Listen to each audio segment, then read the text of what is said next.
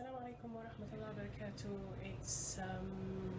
I've been here a few days now. We've been really busy with family and extended family as well. SubhanAllah, all the Islamic culture hasn't gone.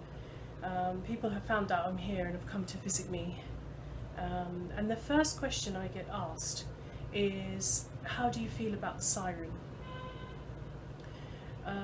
And I don't know how to answer apart from I say that it's nothing like we can ever imagine in Britain, because when we've called the family here, we hear that planes hit, or we hear that, you know, like one of the videos that I took of a rocket attack which was right by my mother-in-law's house, a missile attack which destroyed and killed a grandmother and her two children, and it destroyed their home.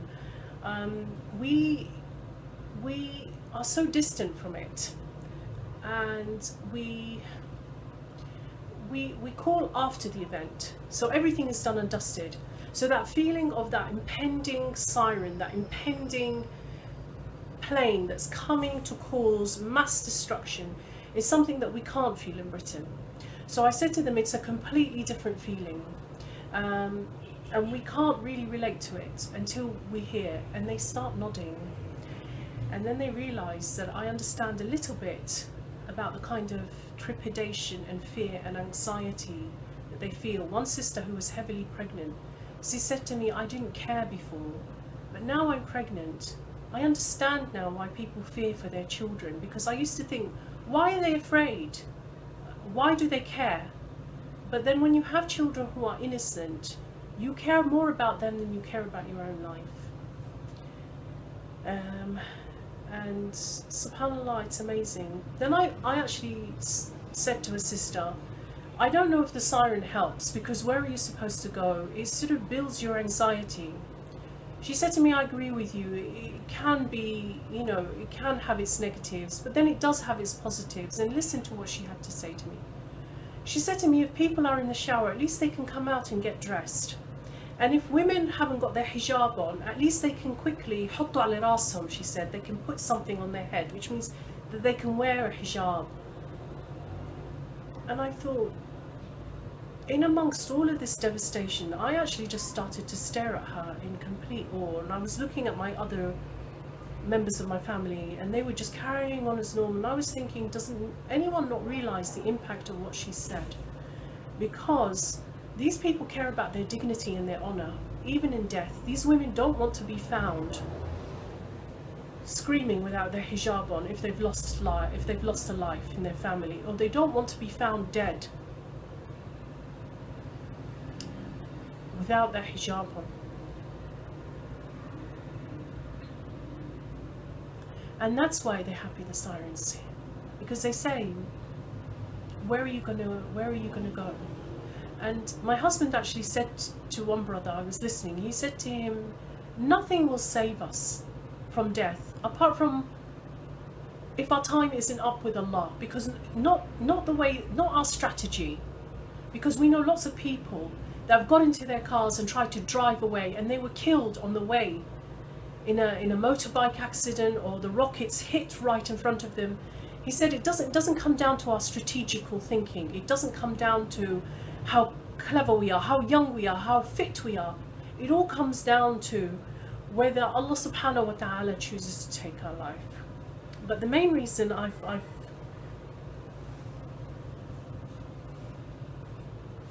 decided to do this video is I want you to see this. I can't, I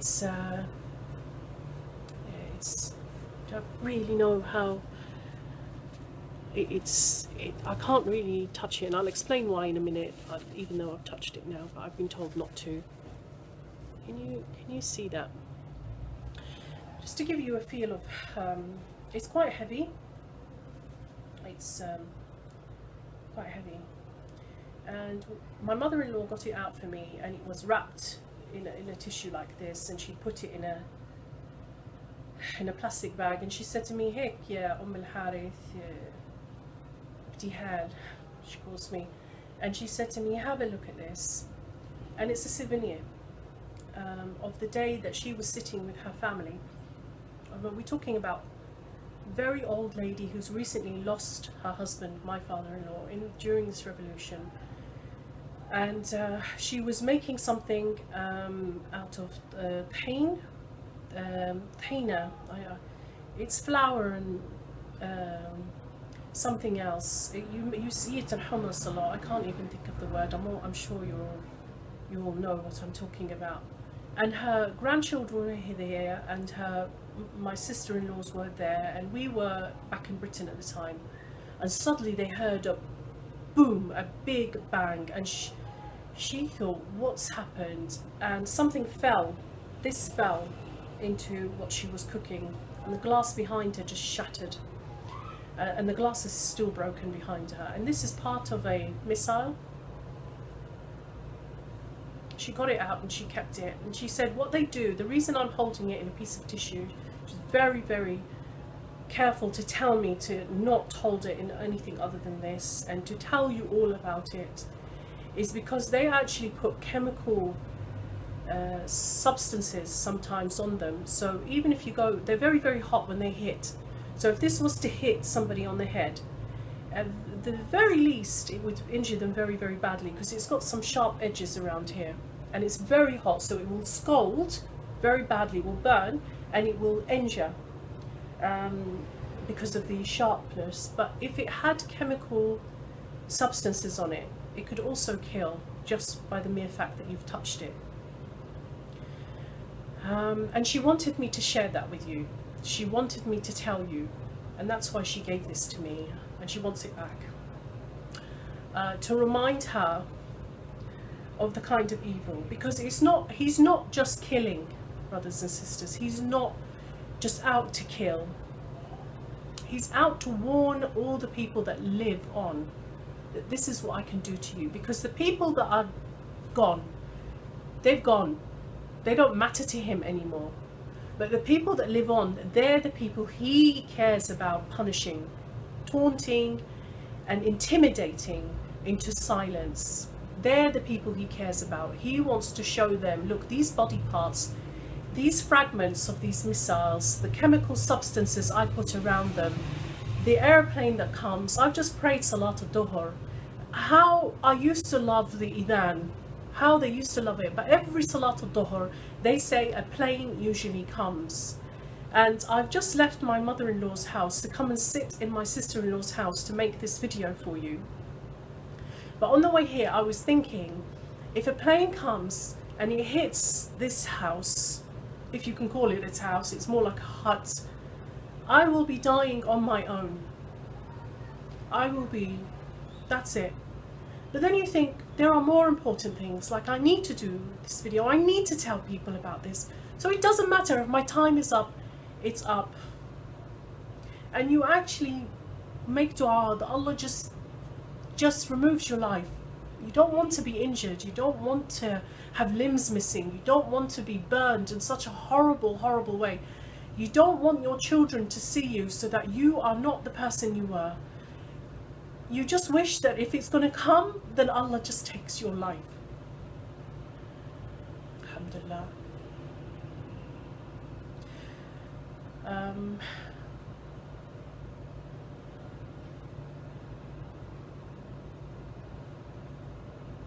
My sister-in-law thinks she lives in luxury. I don't have permission to show you other than this piece of wall behind me. But this is a 2-room hut with a tin roof for a shower and a toilet. The kitchen has great big holes in the ceilings, and when I say to her, there's the rain coming, she said, not really. And she said to me, Alhamdulillah, I live in luxury.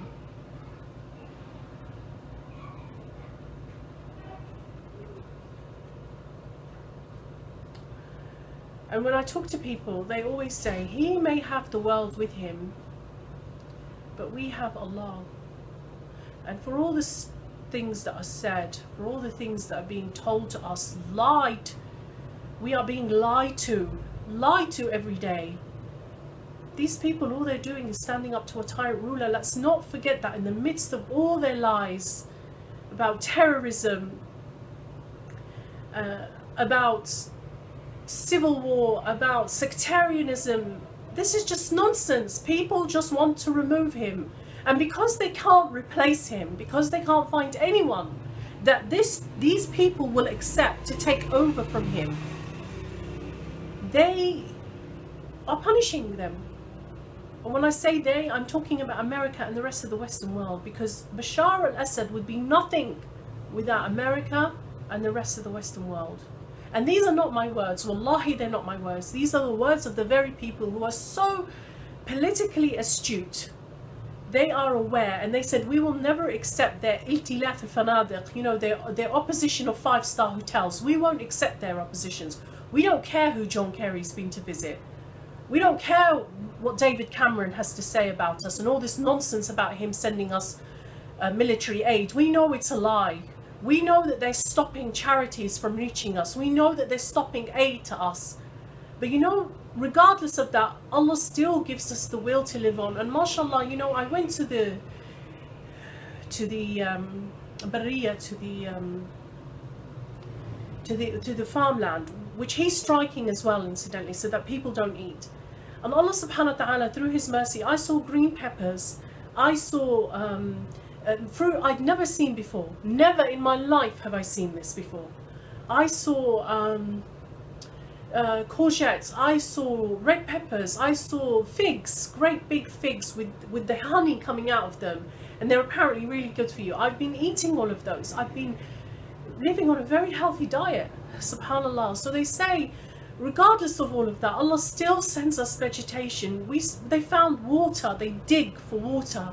They dig so hard, and I've seen lots of places where they've dug and they've managed to get water from underneath the land. This is something that's so strange to me, you know, in the West. I don't know any of this. And then these people, you know, for all of us that think that we're not progressed, we're not able to invent things, we are not a civilization like we used to be, who is to blame but these rulers who take everything away from us? But wallahi, you would be so proud of them, because despite living under a revolution, these people have invented amazing things. You know, they've managed to supply the whole area with electricity. So we have electricity from the dawla, from the state, which lasts 2 hours sometimes in the day, and then they supply electricity for the area. And this is in various areas I've been to, and even here they're saying, oh, switch off the state electricity and switch on the electricity for Al-Hara, the area, and you switch it on and it comes on, and I say to them, it's even stronger than the state electricity.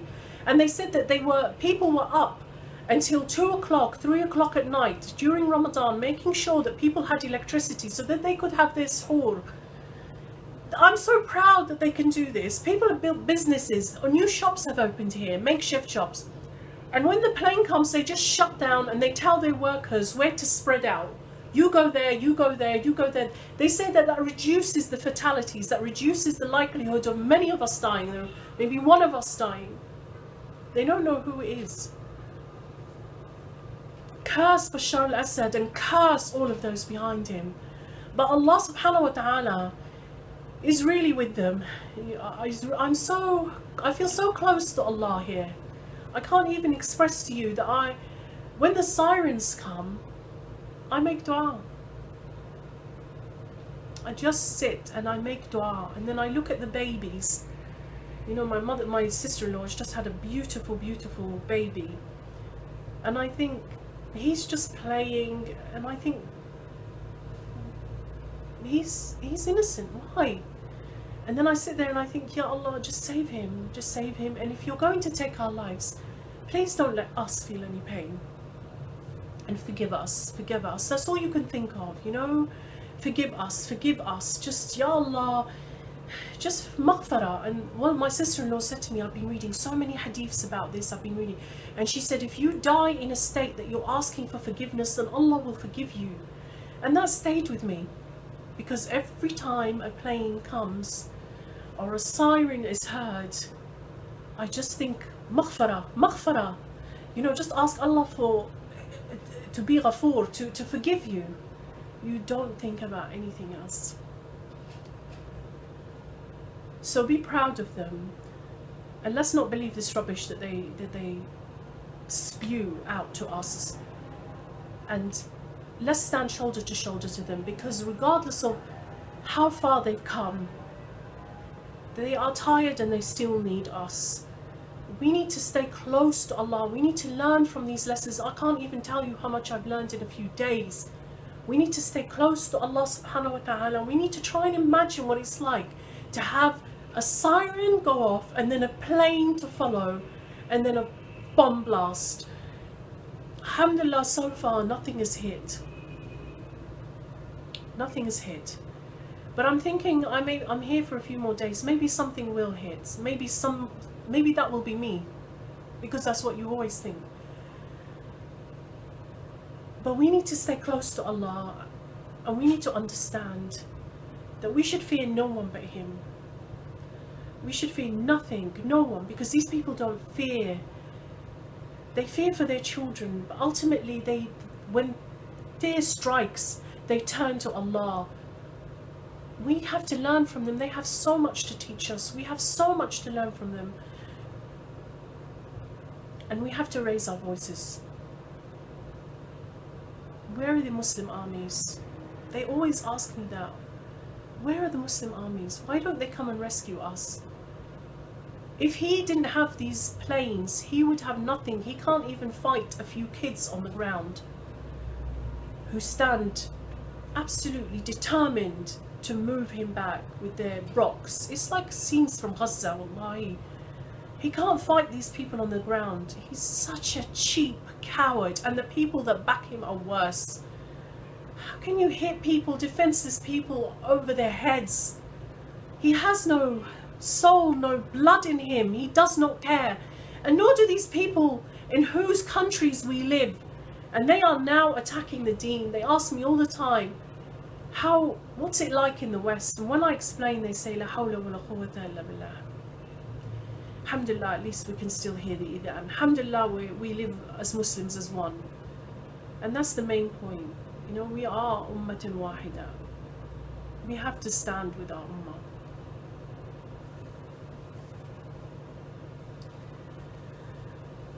May Allah curse these tyrants. This could have hit one of my husband's nephews or nieces. He doesn't care. But Allah chose to drop it in the food as my mother-in-law was cooking. Elderly lady. Because it wasn't their time. But he has to go, and with Allah's will, he will go. But we have to be part of the call that exposes him. Assalamu alaikum.